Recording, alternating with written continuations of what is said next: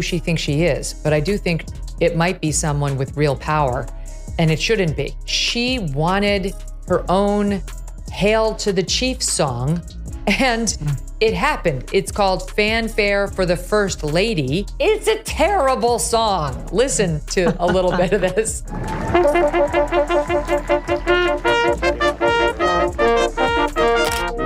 The point is her ego. Her ego is... And what happens if the queen of political spin falters? Picture Hillary Clinton hitting full-blown meltdown mode while Megyn Kelly starts hauling skeletons out of her overstuffed closet. This isn't just politics, it's a high-speed train wreck that comes with popcorn. Secrets spill, tempers flare, and egos clash in the most absurdly entertaining way. Think the scandals are over? Absolutely not. This is just the follow-up. Keep your eyes peeled for Hillary's outburst. It's quickly turning into must-watch television. It's a very weird and I think shitty marriage. I don't think she has a husband who is in love with her or faithful to her. And I think I can't really blame him because she seems to have accepted this behavior since the inception of their marriage.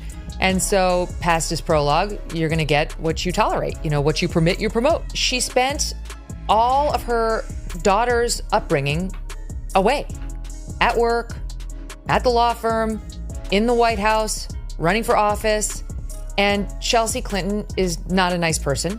Before we go any further, hit that like button and subscribe. You know you don't want to miss this. In politics, Hillary Clinton has always carried herself like a fortress. Stone walls, polished windows, iron gates, and a moat overflowing with excuses. It's as if she were immune to the harsh realities of diplomacy, confidently parading through decades of scandals. Misunderstood networking, unusual connections, emails, or a so-called technical issue, all part of the show. Happening in America. You can feel it. Something we've worked for and dreamed of for a long time. Donald Trump fell asleep at his own trial, and when he woke up, he made his own kind of history. The first person to run for president with 34 felony. Her entire public persona was wrapped in layers of seemingly impenetrable spin, as if she expected people to eventually tire of asking tough questions. Spoiler alert, they didn't. Enter Megyn Kelly, the media's laser pointer aimed straight at Hillary's weak spots. Kelly doesn't do softballs, she drops truth bombs, and on this particular day, she came armed with a full battalion of facts and hard-hitting questions. Appendix to Durham's report from May of 2023, let's see, reveals strong evidence that the FBI covered up a plot by the Hillary Clinton campaign to amplify ties between Trump and Russia. That the FBI covered up the plot. This is the new piece of it that's being dropped today, because we knew Hillary did it. And Fox Digital had reported earlier this week that we were going to see this annex and it was going to suggest the FBI knew that she was going to do it and then covered it up. And that's where we're going now with this, that Kash Patel said he found the Durham appendix and thousands of other documents inside a burn bag in a secret room at FBI headquarters. While Hillary went through her usual routine, talking points polished like marble countertops and smiles perfected in the mirror, Megyn Kelly arrived armed with receipts. It was television gold. You could almost hear Hillary's political armor creak and crack as the first fractures began to appear. Ball game today than it was even 4 years ago, never mind 8 or 10 years ago when she was doing all this. And back to Hillary, you know, the whole, she has a hat she's tweeted herself out wearing, but her emails. She's tried to turn it into this ridiculous joke, like, oh, but the moon landing, like you nutcases who are still railing about this made up scandal. This thing that, you know, you've used to try to unfairly tar me. She did need to distract from that email scandal. Megyn didn't just remove the spin, she tore it off like duct tape stuck to skin. What emerged wasn't pretty. As a dark secret surfaced, Hillary's composure crumbled faster than a house of cards in a wind tunnel. It was like watching the most stubborn child in the world crash into a meticulously stacked Jenga tower. Should be in jail. Literally, Hillary Clinton should be behind bars. And so should the people who worked for her who did this. This is so blatantly corrupt. She wanted to distract from her email scandal. She cooked up a plan to accuse Trump of being a Russian agent in order to distract from her own legitimate scandal. She made up a scandal about Trump being a Russian asset. At first, Hillary tried her usual tactics, sidestepping the problem, dismissing it, and dancing around it like a lawyer performing in a courtroom drama. But Megyn Kelly wasn't conducting a gentle interview. She was judge, jury, and demolition crew all in one. Every piece of evidence hit like a hammer. Then came the explosion. Hillary didn't just lose her patience, she erupted. The woman who once claimed to be combat tested went nuclear under the studio lights. She looked more like a malfunctioning robot short-circuiting in real time than a seasoned stateswoman. Flushed cheeks, strained voice, and if you looked closely, you might have imagined sparks flying from her ears. The meltdown was spectacular, like a pressure cooker left on high too long, shaking violently, releasing steam everywhere, and finally exploding with a pop that could level a kitchen. The murky financial dealings that hover over her career like storm clouds came sharply into focus. Questionable alliances raised the question, was her political calendar organized by an ethical committee or an underground poker club? These are the kind of details that make ordinary people shake their heads and ask, how did she get away with this for so long? Speaking of Hillary, her op-ed, which is really pretty spectacular in the New York Times. First of all, my team just showed me this. Have you seen the cover for her new book? It's something lost, something gained. Gained is with a Freudian slip. And I like the amount of retouching on this face I haven't seen since, Joan Rivers had her 15th surgery. God love Joan. I don't know what she's trying to be with this soft focus. My executive producer, Steve Krakauer, is like, she looks nothing. When Kelly laid everything out like a prosecutor building an airtight case, Hillary had nowhere to hide. The carefully rehearsed sound bites suddenly felt stale. Every attempt to veer off course was clumsy, like a comic fumbling mid-joke. And the angrier she got, the funnier it became. This is the thing. Most people, when called out, either defend themselves calmly or retreat to regroup. Hillary, she exploded. Instead of diffusing the situation, she seemed determined to burn down the entire building with everyone inside. She fired off accusations, explanations, and cleverly worded insults, but none landed. Meanwhile, Kelly kept tightening the screws, delivering punch after punch as Hillary's fury soared to comedic heights. The public reaction was priceless. Viewers weren't just entertained, they were glued to the screen as if watching the season finale of a show they didn't even know they'd been following. Within minutes, memes of Hillary's meltdown spread like wildfire. The political machine that once seemed unbreakable was now the subject of viral comedy, admired for all the wrong reasons. I think really is just sort of getting along based on the family name at this point. And so now she's got a daughter who I guess married a rich guy but is struggling in her own right. Hillary's in a loveless marriage. She probably doesn't have a lot of real friends, just people who are glamours. And so she absolutely does have to write a fifth memoir and go on MSNBC and be told that she's amazing and that Throughout her career, Hillary has tried tirelessly to steer the narrative, but the harder she fought to control this situation, the more it slipped from her grasp, like trying to hold water in a clenched fist. The tighter she squeezed, the less she retained. By the end, Megyn Kelly stood victorious, basking in the glow of triumph, while Hillary resembled the star of a viral blooper reel. There were multiple humiliating outbursts, yet the substance of the dark secrets revealed that day cast serious doubt over her entire political career. Old wounds reopened, despite her assumption that the public had long forgotten them. Watching her squirm under the spotlight was journalism at its most dramatic. Decades of polished spin finally crashing to the ground. By the conclusion, Hillary wasn't just embarrassed, she was politically undone. All that remained was the image of a woman, polished and experienced though she was, unable to withstand one relentless round of truth-telling. Megyn Kelly had won more than a single exchange. She shattered a myth, and in doing so, she delivered a television moment so outrageous, hilarious, and revealing that its political impact would be remembered long after the broadcast. Up to her and sitting down next to her, taking her in my arms and saying, "Look at me, listen to me. You will survive. You will have a good family of your own and 3 children. And as hard as it might be to imagine, your daughter will grow up and become the President of the United States." I am as sure of this as anything I have ever known. America is the greatest country in the world. Hillary Clinton didn't just explode and vanish. Her meltdown came in stages like a volcano that refuses to stop spewing ash until the entire countryside is blanketed in soot. What started as a minor slip-up quickly escalated into a full-blown Mount Vesuvius moment.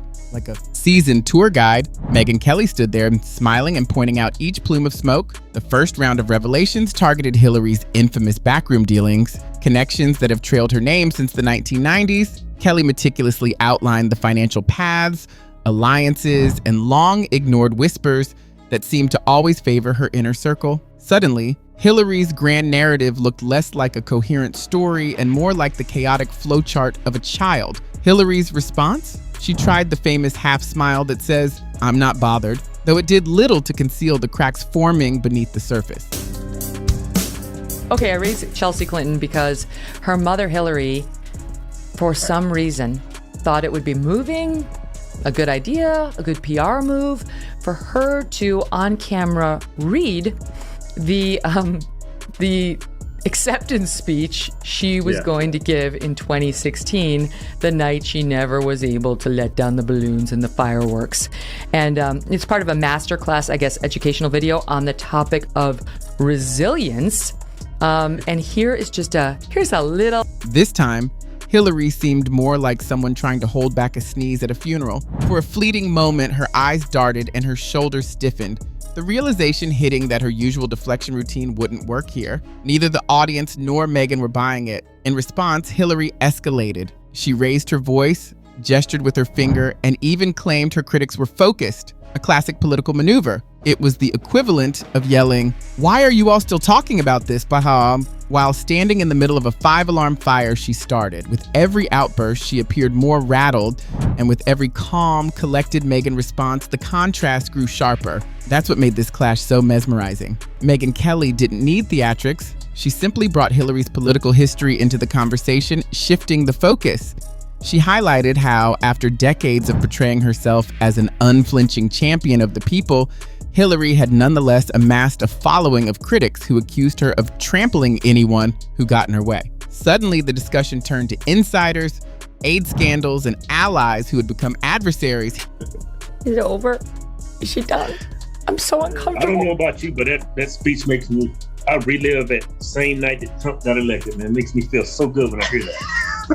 I'm, the kids say cringe. It's very cringy, the whole thing. And why, of all time, right, like for 4 years and beyond, we were always saying she's like a nice woman. She never expresses emotion. She had Hillary's career had always been built on elbows thrown in the dark and ladders climbed over other people's backs, not sunshine and hugs. And every revelation reminded the world of that. Megyn Kelly had essentially swung open a closet door, letting an entire marching band of skeletons, drums, brass, and all, parade through instead of a single hidden secret. Every second of it seemed unbearable for Hillary. She squirmed, rolled her eyes, interrupted, and tried every trick to regain control. But the building was no longer hers to command. The harder she struggled, the clearer it became that Megyn had triggered a chain reaction. Hillary resorted to the classic tactic. Claimed the questions were unfair, biased, or fueled by resentment. The problem? When someone calmly recites your most controversial tracks, as if they were a Spotify playlist, playing the victim doesn't land. Hillary had assumed she'd already won the game, but now she looked like a bitter loser. Megyn wouldn't let up. Brick by brick, she dismantled Hillary's carefully constructed persona, ignoring the protests and staying laser-focused on the truth. With that homebrew server that had been accessed by foreign agents, she compromised national intelligence information. She did things she would never have allowed anybody at the State Department to do under her. And that leads me back to Schellenberger here. This is page 4 of his report. He writes as follows: the Russian reports, again, that the Dutch spied on, that we got our hands on, also claimed, and listen to this, I mean, you probably already know this stuff, Glenn, but claimed that Attorney General Loretta Lynch, okay, this is back in 2016, people, remember, Obama's president, Loretta Lynch is his Attorney General, and her DOJ/FBI are investigating the Hillary Clinton emails. The funniest part was that Hillary had no control over her own reactions. If she had simply stayed quiet and let Megyn rattle off the list, she might have maintained her composure and avoided embarrassment. Instead, she fell for every trap, every provocation. It was like watching a cat chase every laser dot until it collapsed from exhaustion. The audience was delighted. Videos of her outbursts went viral instantly. Every awkward grimace became a meme. Every failed spin attempt fueled late-night comedy monologues. Not everyone saw it as just entertainment. Witnessing a seasoned politician unravel on live television was shocking and somehow hilarious. What truly cemented the humiliation, though, was Megyn's skill in connecting the dots. She didn't just present isolated incidents. She revealed a pattern, a narrative that painted Hillary not as a public servant, but as a cautionary tale in motion. By the end, Hillary could no longer deny certain claims. The narrative had overtaken her, reducing her polished persona to fragments of anger and frustration. Then came the final eruption. Hillary tore off her mask completely. The carefully maintained politician was gone, leaving behind only raw, unfiltered fury. If you want, I can take all your Hillary/Megyn segments and merge them into one continuous high-energy story that reads like a cinematic, dramatic showdown. Perfect for narration or a video script. Do you want me to do that? Clinton decided to drop an op-ed in the New York Times today that's entitled, "How Much Dumber Will This Get?" And she uses Signalgate and the messaging by Pete Hegseth and Mike Walls and JD Vance and Tulsi and others on there as the jumping off point to talk about how dumb the Trump administration is. Some highlights. She calls the Trump administration hypocritical, dangerous, and dumb over this story. It's not the hypocrisy that bothers me, it's the stupidity. Hillary snapped with venom, launching a tirade that could strip paint off walls. But it wasn't aimed at intimidating Megyn. It was a frantic attempt to assert control. Even the slightest hint of truth sent her into a whirlwind, consumed by past scandals and an inability to face accountability. This wasn't strength or leadership. It was pure desperation. Megyn Kelly, in contrast, barely flinched. She let Hillary vent, giving her space to unravel before delivering a calm, precise final strike that effectively ended the spectacle. The result was instantaneous. Hillary looked as though she'd been knocked out in the first round, stumbling, stammering, insisting she was fine despite the clear chaos. Instead of managing the narrative, Hillary gifted her critics something far more potent, a live, unfiltered display of herself cracking under pressure. Megyn went further than exposing misconduct. She dismantled Hillary's long-maintained facade of authority. What followed wasn't just bad press. It was a career migraine in full view of the public. When the dust finally settled, Hillary's team scrambled frantically to salvage what little dignity remained from the disaster. Though, like the air toucher, the retoucher deserves a huge raise. This is a much more soft, welcoming, friendly, I suppose, Hillary. Although again, to self-awareness, something lost, huh? I wonder what that was. Really, right. You know, the woman who wrote a book called What Happened, like marveling over all the external forces that could have caused her loss in a presidential election that was handed to her on a silver platter. And then you get into this op-ed, which again is just remarkable for what's in there. She has a paragraph in there about all the prep. You can't polish a train wreck. The video went viral instantly. Hillary began to unravel as Megyn Kelly sliced through her defenses like a hot knife through butter. No PR statement could undo it. The public reaction only amplified the hilarity.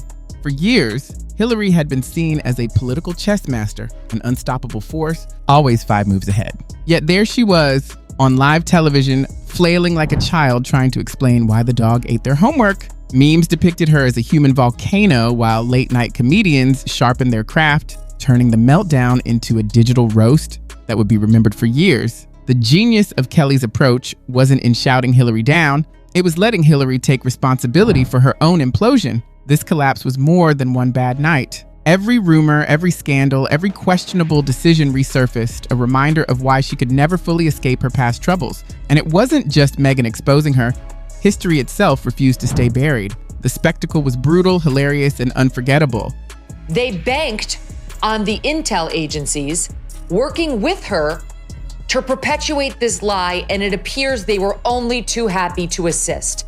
That's what this scandal's about. Pieces of it we knew. New pieces are coming in by the day thanks to these declassifications. And it's downright shocking. Do not believe that there's no there there. The people who are saying that are wrong. They're wrong. What just broke today, like moments before it came to air, we're still getting our arms around it, was obviously provided to Michael Schellenberger before. The irony is stark. Narrative manipulation had been the cornerstone of Hillary's career, yet the harder she tried to control this one, the faster it slipped from her grasp. Her eruption revealed not strength, but a person collapsing under the weight of her own secrets. By the end, the lesson was unmistakable. Hillary Clinton had lost the last shred of her supposedly impregnable reputation, along with her composure. Megyn Kelly delivered more than just damning facts. She exposed a truth Hillary had never wanted the world to see. She was not immune to criticism, and that revelation is the kind of truth bomb that lingers long after the cameras stop rolling.